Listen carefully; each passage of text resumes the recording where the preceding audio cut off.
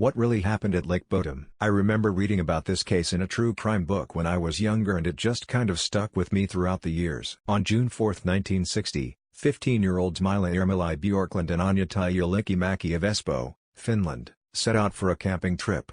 Accompanying the two young women were their 18-year-old boyfriends Seppo Antero Boisman and Nils Wilhelm Gustafson. They had chosen a well-known campsite on the shores of Bodom and Järvi, known in English as Lake Bodom. The arrival at the campsite and subsequent afternoon went smoothly as the teenagers enjoyed their time in nature. It wasn't until the early hours of the next morning that disaster struck. Nils Gustafson, the sole survivor of the incident, would tell the tale hundreds of times over the next year, his story getting spun wildly out of control several times over, but the facts remained the same. Sometime between 4 a.m. and 6 a.m. on the morning of June 5, Bjorklund, Mäki, and Boisman were stabbed and bludgeoned to death through their tent. An attempted attack on Gustafson left him with a concussion, a fractured jaw, and several broken facial bones. The horrific scene was first stumbled upon by a group of birdwatching boys around 6 a.m. who noticed the slain teenagers' collapsed tent on the lake shore. They also reported seeing a blond man walking away from it. Mäki and Boisman's bodies were found inside the tent, but Bjorklund, Gustafson's girlfriend, was found on top of the tent, naked from the waist down and lying next to Gustafson. Bjorklund also was in the worst state of the victims and had clearly been stabbed even after her death. It wasn't until 11 a.m. that the bodies would be discovered by a carpenter named Risto Siren. Immediately, Siren alerted the police, who arrived on the scene around noon. By then, the victims of the Lake Bodom murders had been dead for more than 6 hours. From the start, the crime scene was a confusing one. Rather than enter the tent and stab the teenagers from the inside, it appeared that the assailant had attacked blindly from outside the tent. He or she had clearly used a knife to stab the victims, but their bodies showed evidence of another weapon, an unidentified blunt object. Furthermore, several strange items were missing from the scene, adding another layer of mystery to the crime. For example, the keys to the teenagers' motorcycles were gone, but the motorcycles themselves hadn't been taken. Gustafson's shoes were also missing, though were later found roughly half a mile from the tent along with parts of his clothing. Later, the papers would lambaste the police for their shoddy handling of the case from this point on. The police reportedly failed to take official recordings of their findings and did not cordon off the area, leaving it open to contamination. Shortly after the police left, curious onlookers and careless campers all but destroyed the murder scene. In an attempt to rectify their mistake, police enlisted the help of soldiers to search for the missing items. The site was instead further trampled, and most of the items were never found. The first suspect in the murders was Carl Valdemar Gillström, known in the local community as Kioskman because he owned and operated a nearby stall. Gillström's kiosk near Lake Bodom was frequented by campers. However, he was known for being hostile towards them, and witnesses claimed to have seen him cut down tents and throw rocks at hikers over the years. Some even posited that they saw him leave the murder scene, but then claimed to have been too afraid of him to alert the authorities. Gillström allegedly made several confessions in which he displayed knowledge of the crime both drunkenly and sober, though they were all ignored by police. 9 years after the Lake Bodom murders, Gillström drowned in Lake Bodom, likely by suicide, rendering DNA evidence as requested by several authorities over the years impossible to gather. The second suspect remained of interest until 2004. His name was Hans Osman, and he was rumored to be a former KGB spy living very near to the shores of Lake Bodom. Over the years, Osman earned a reputation as somewhat of a recluse, and combined with the KGB rumors consequently resulted in him being suspected in several murders, though none of the accusations stuck. But Hans Osman had gone into the Helsinki Surgical Hospital the day after the attack with fingernails black with dirt and his clothes covered in red stains. Hospital staff reported that Osman was nervous and aggressive, but other than brief questioning, the police did not pursue Osman any further as they claimed that he had a solid alibi in regards to the Lake Bodom murders. Osman's stained clothing was never investigated despite doctors insisting that it was blood.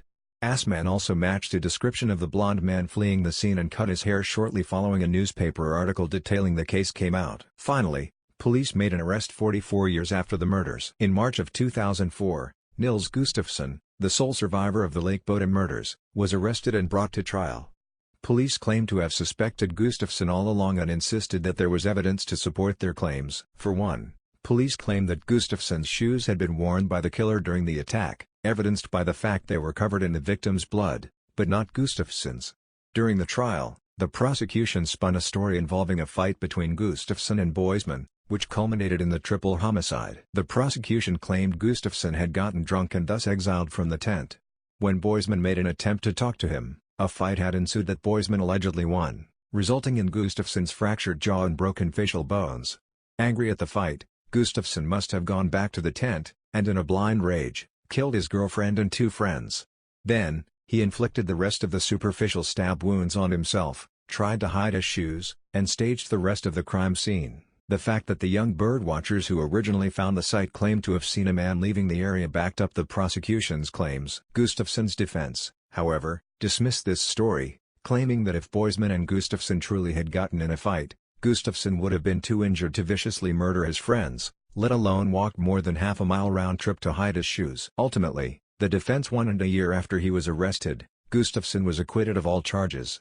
To this day, however, the suspicion remains.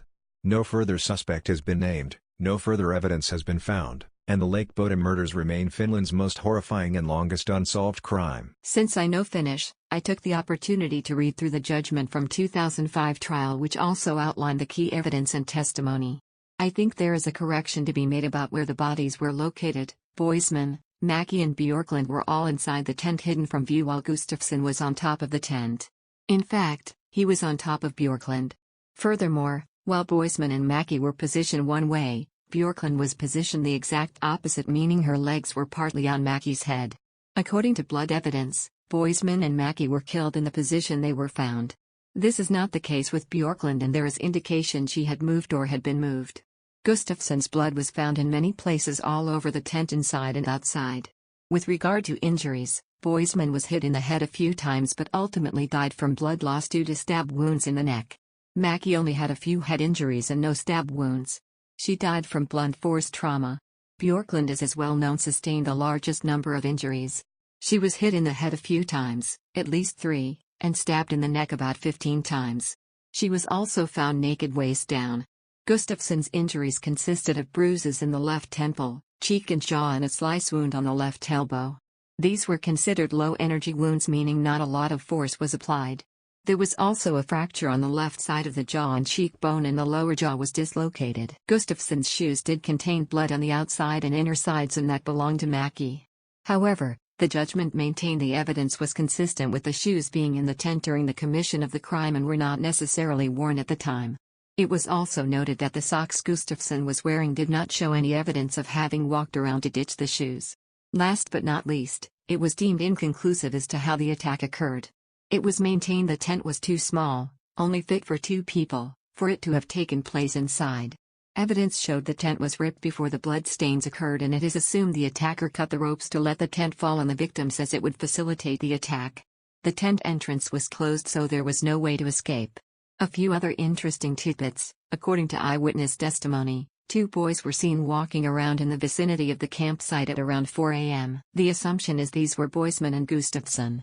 According to Bjorklund's diary, Boisman and Gustafson got up at 2 a.m. to go fishing. An earlier note in the diary noted the boys were drunk. According to Gustafson, they had brought vodka and a liquor bottle. The empty liquor bottle was also found at the scene. Various eyewitnesses saw a blond man with a light shirt leave the scene at around 6 a.m. However, none of the eyewitnesses saw him carry anything. So the mystery around the missing items remains, including how Boisman and Gustafson's shoes landed 600 meters away from the tent, and why. Gustafson claims he doesn't remember anything after going to sleep, yet in some later testimonies he claims he recalls being dragged to the shore and that there would be drag marks between the tent and the shore. Then at some point he took that claim back. One of the detectives claimed upon arrest, Gustafson said, "What's done is done. 15 years came, in Finnish, Teddy Miha Teddy, 15 Vadatuli." There was no foreign DNA found in the tent. However, there was a peculiar item nearby, a pillowcase which was kind of folded in a wrap. It had foreign semen and traces of blood on it. The police concluded this item was unrelated to the crime, but it could have potentially come from the perpetrator. There were 2 separate murder weapons, one consistent with a large rock and one consistent with a knife. The speed of attack was considered fast, as the victims had little chance to react or defend themselves. None of the murder weapons were ever found. Anyway, I really have no idea who committed the crimes, but I thought this additional piece of information might be of interest to you.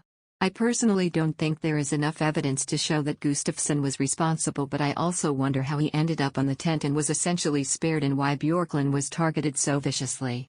Such a difficult case which I am not sure will ever get solved. If Gustafson and Boisman had fought to the point of breaking Gustafson's facial bones, I would expect that Boisman's hands would have looked bad, bruises or swelling, bloody from Gustafson's injuries. I would be curious if that is true. I checked the Gustafson trial documentation from 2005 and apparently Boisman had small abrasions on his left hand, but that is all. This is crazy. I just finished listening to the My Favorite Murder episode about this. I was never really sold on the idea of Nils being the killer. I personally thought Asman was more suspicious. Apparently, this is not 100% verified, so take it with a grain of salt. Asman's wife said on her deathbed that she had lied about being with him the night of the murders and only gave the police an alibi for him because he threatened her. Additionally, Asman was reported to have been drunk at a bar some time after the murders and told his friend, "I did it. I killed those kids." He was supposedly drunk, so it could have been bullshit, and the friend obviously could have lied about the entire instance as well. These stories, combined with the other evidence against him, convinced me he was the culprit.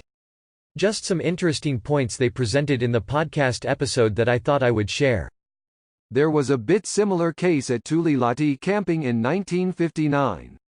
In addition of Bodom murders, Asman was a suspect in that case too. Tulilati is still a cold case. The main suspect killed himself before the trial. Nobody bothered to investigate Asman's part thoroughly for some reason. I don't understand. Where was Gustafson found? Was he found unconscious with the bodies? Where was he between the attack and 11 a.m. when the bodies were discovered? If I could upvote this 1,000 times I would. That's what really confused me as well. It seems as though Gustafson's story was just that, a story. Now, I don't think Nils murdered his friends, but the information is strange. Apparently he was found on top of the tent that he shared with his girlfriend. Something strange I did notice was that his girlfriend just so happened to sustain the worst injuries out of all of them. She was found undressed from the waist down and was lying on top of the tent. She was stabbed multiple times after her death, almost like a crime of passion. I feel like cops and locals thought of it this way: what if Nils got his ass kicked by Boisman, then killed him and his girlfriend in their tent when they went to sleep in a drunken rage? Perhaps he tried to have sex with his own girlfriend, but she rejected him and he got rough, hence her being found with no pants, so he killed her out of rage as well. When he realized what he did, he staged it as if he was beaten by an assailant. Due to it being the 60s, they didn't really investigate as well as they do now and didn't see it that way until 2009. I work for a maxillofacial surgeon, and we have people come in with broken facial bones and not know for sure all the time. That being said, most do know. Also, I wonder how extensively it was broken. Yes, I've heard things like this as well. I know some facial bones may be easy to break from a fall, especially if you're drunk, or roughhousing. You may get some domestic abuse victims as well who won't tell the truth. Anyways, I also wondered that about the bones. I'm not sure if they could tell what broke them back then. I know a fist, a boot, a blunt instrument, etc. are easy to determine today. I believe it was Carl Gillstrom who killed them, since he hated the campers, threatened them and 9 years later committed suicide by drowning himself to the same lake. His wife said he was home whole night, but later admitted that it was a fake alibi. She was afraid of him and that's why she lied. The only knowledge I have of this case is what you wrote here. That said, I think Gustafson did it.